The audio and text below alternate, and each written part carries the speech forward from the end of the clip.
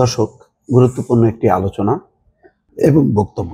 প্রধান উপদেষ্টার প্রেস সচিবকে কোট করে মানবজমিন একটি রিপোর্ট করেছে। গত 15 বছর গণমাধ্যম জনগণের কথা বলেনি। আসলে একদিক দিয়ে সত্য, আর একদিক দিয়ে প্রশ্ন হচ্ছে যে কথা যে বলেনি, বলার মতন কি সেই পরিবেশ ছিল কিনা, সেটাও একটা বিবেচ্য বিষয়। ফ্যাসিবাদী শাসনে সকল সংগঠন, সকল প্রতিষ্ঠান, তার কোনো স্বাধীনতা ছিল না।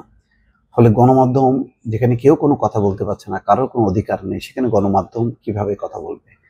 গণমাধ্যমগুলোর যেভাবে জন্ম, গণমাধ্যমগুলোর যে মালিকানার যে কাঠামো, তাতে কোনো উপায় আছে?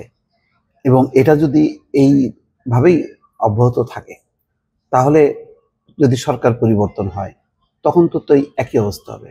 যখন যে সরকার আসবে, তখন সেই সরকারের গুণগান গাবে। যেমন পরিষ্কার কথা বলি যে গণমাধ্যম এখন চাপের মুখে তারা কি করে, শেখ হাসিনার সহযোগী সমর্থক কোনো আলোচককে তাদেরকে মানে ইনভাইট করে না টকশোগুলোতে। এমনকি শেখ হাসিনার কোনো বক্তব্য, বিবৃতি বা আওয়ামী লীগের কোনো কর্মসূচি, এগুলি নিয়ে আলোচনা সমালোচনা, অর্থাৎ সব পক্ষের যে আলোচনা সমালোচনাগুলো, সেগুলি কি স্থান পাচ্ছে না?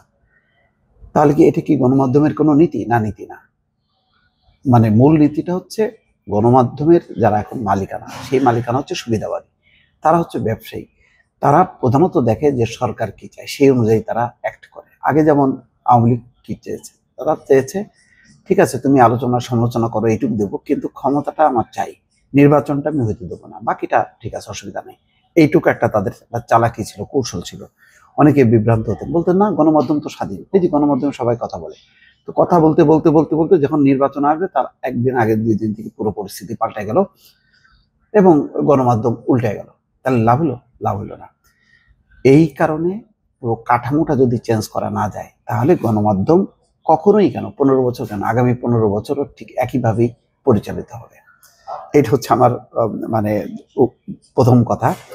এখানে শফিকুল আলম যে কথাটি বলছেন, প্রধান উপদেষ্টা প্রেস সচিব, গত 15 বছর বাংলাদেশের গণমাধ্যম জনগণকে ফেইল করেছে। তারা জনগণের কথা বলেনি। অনেক ক্ষেত্রে যা করেছে সেটা হলো তাবেদারি করেছে। এমনই নিচু পর্যায়ের তাবেদারি হয়েছে যে এখন কেউ কেউ বলছেন এদের অনেকের হাতে রক্ত আছে।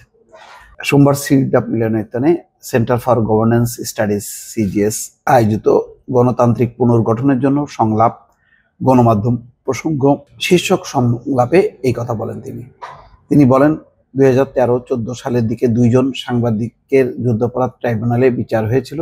বুদ্ধিজীবী হত্যায় তাদের ইন্ধন ছিল বলে অভিযোগ ছিল। ওই সাংবাদিকদের যদি বিচার হয়, তাহলে গত 15 বছরে যে সমস্ত সাংবাদিক ভায়োলেন্স, সরকারের বিচার বহির্ভূত হত্যাকাণ্ড এবং গুমকে লেজিটিমাইজড করেছে, তাদের কেন বিচার হবে না?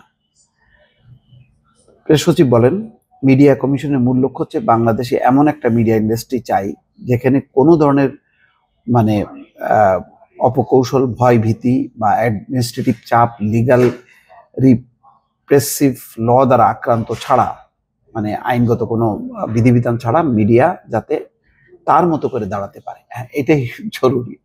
এই কাজটা যদি করা না হয়, শুধু সমালোচনা করা যাবে, কিন্তু আর কিছু হবে না।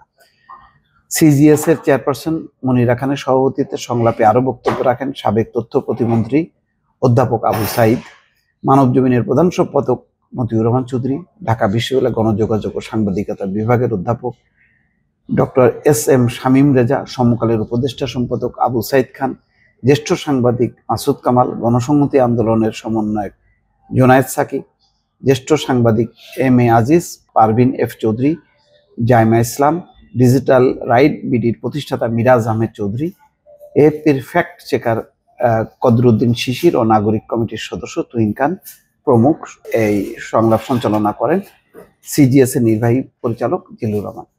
ঠিক আছে, এখন সেই কাঠামোটা পরিবর্তন দরকার।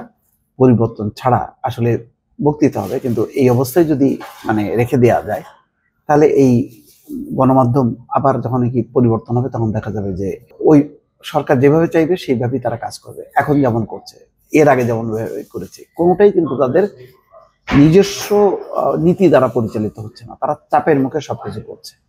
অতীতে যেমন চাপের মুখে করেছে, এখন যেমন করছে, আগামীতেও করবে। সুতরাং এই কাঠামো একটা পরিবর্তন দরকার দর্শক।